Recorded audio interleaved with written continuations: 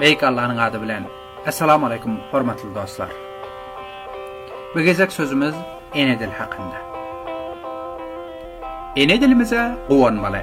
Her millette boluşy ýaly biziň gözel türkmen halkymyzyň hem gowanyp buýsanar ýaly ören kadimi hem baý geçmişe iýe bolan dili bar. Ata-babalarymyzyň öz nesillerine ýadygar galdyran bu eksilmez hazinesi hatta türkmenleriň milli döwletleri dargadylyp ezicilerinin el aslında horlanan dövründe hem merdana durup halkımızın ruhi sütünü bolupdur. Miladi 20. asırının çılşırımlı ýagdaýy Türkmenlerinin siyasi hem ferhengi durmuşunda agyr zarba boldy. 20. asırda bolan siyasi ijtimai erbet ýagdaýlar halkımızın dil baýlygyna ýawuz täsir etdi. Hazır Afganistan'da yaşayan milyonlarca Türkmenler öz ene dillerinde oku alıp bilmedikleri üçün Türkmençe oňat dogry gepler ýa-da ýazyp bilmiyorlar. Indi hazırki zamanda her bir Türkmen öz milli kimligini gorap saklamak üçün dil düşüncesine iýe bolmaly.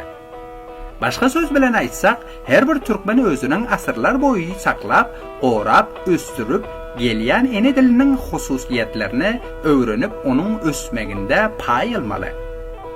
Dil insanyň barlygy, kimligi hemde döredijliginiň sambuludur. Öz milli dili bolmadyk il ulusyň düýüne, bugüne we geljegi hem bolmaz. Ol halkyň geçmişe, taryhy hem kökü bar diýip aýdyp bolmaz. Milli dil insany öz köküne baglap, ony öz kökünden suwarýar. Bir milletin dili her näçe baý bolsa, onda gepleşip ýazýanlarynyň sany hem köp bolsa, şonça-da başga halklarynyň ýanynda hormatlanyp silenýär. Dile sözü baý bolan milletlere garanda, bu aýdylan zatlar öz özünden düşünükli. Bir halky ýok etmek üçin ilki başda onuň dili ýok edilýär.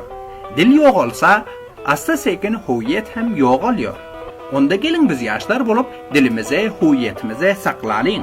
Çünki dilimiz barlygymyz we baýlygymyzdyr.